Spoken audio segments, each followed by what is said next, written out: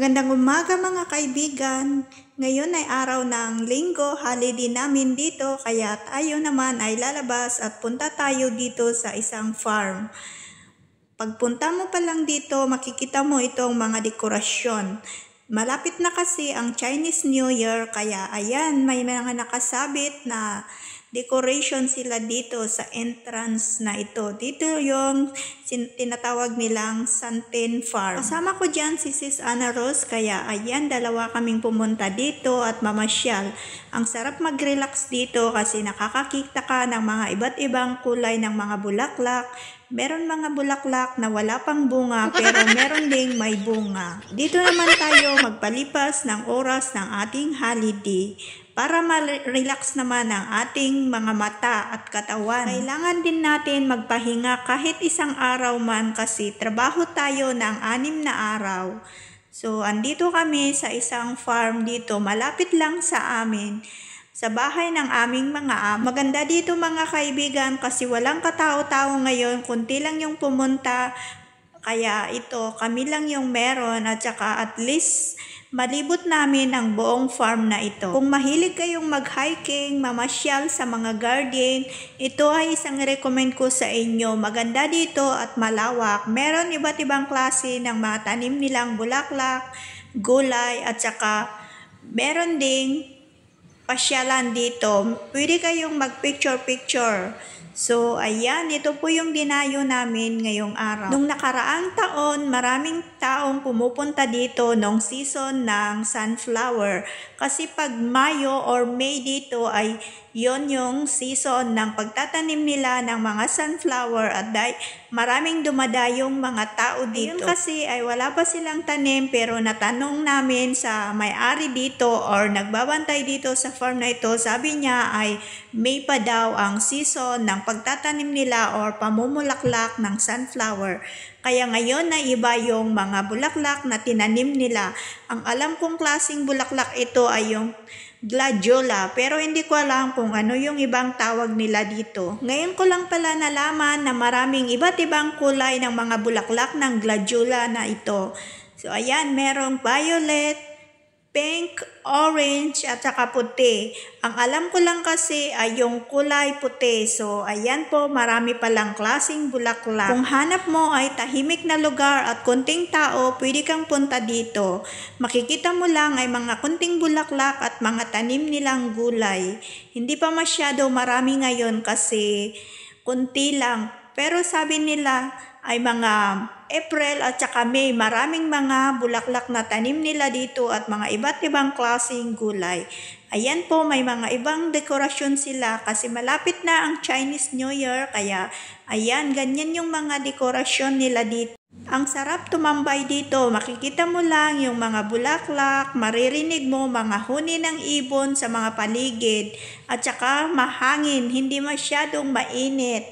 Kaya gustong-gusto ko yung ganitong weather at napapasyal kami dito. Kagandahan dito sa farm na ito, pwede kang mag-picture-picture, lapitan mo yung mga bulaklak na iyan. Hindi nila pinagbabawal. Kaya ayan tingnan nyo ako dyan, pumunta ko sa gitna at nagpa-video pa ako kay Sis Ana Rose para may remembrance ako kasi sa susunod na buwan, wala na itong bulaklak na ito. Malapit na kasing malanta mga yan, kaya hindi na fresh ngayon kasi bigla namang uminit at ayan at saka medyo malamig yung weather. Next week na naman, napakalamig kaya siguradong malalanta na ang mga bulaklak na iyan. Kaya ayan sinulit namin ang aming paglibot dyan bago kami pumunta sa ibang destinasyon kasi napakalawak ang farm na ito. Yan pa, napadaan ako sa maliit na bridge nila papunta doon, kaya balik naman tayo sa pinanggalingan natin kanina na maraming dekorasyon ng mga pang Chinese New Year. So ayan, lakad-lakad lang tayo mga kaibigan. Sa wakas nakarating naman tayo dito sa bandang may mga pa-heart pa na decoration nila. Ang ganda dito, ang daming pumupunta dito na magpo-photoshoot, lalo yung malapit ng ikasal. mag-prenup. Maganda dito sana, 'di ba? At least nga nung pumunta kami dito ay walang katao-tao kasi nung nakaraang Pasko at New Year ay marami daw tao dito kaya siksikan. Hindi ka makapag-picture ng husto. Pero ngayon, konti lang, bilang lang yung pumunta dito kaya kami sinulit namin ang pag-picture-picture. Pag ano dito, kung meron sana kaming dalang mga dress, di magandang mag-photoshoot dito. Pero hindi namin akalain na ganito pala kaganda ang mga decoration nila dito. Kaya ayan, binidyuhan ko lang para makikita ng mga kasamahan natin. So, ayan, ang ganda, ginawa nilang parang tunnel. Ang galing yung nag-design dito. So, ayan, mix pa yung mga kulay ng mga bulaklak kahit na plastic yan. Pero ang gandang tignan, lalo pag pumunta kayo dito. Magandang mag-photoshoot. So, recommend ko dito sa mga kasamahan ko na malapit sa Yonlong, dito lang.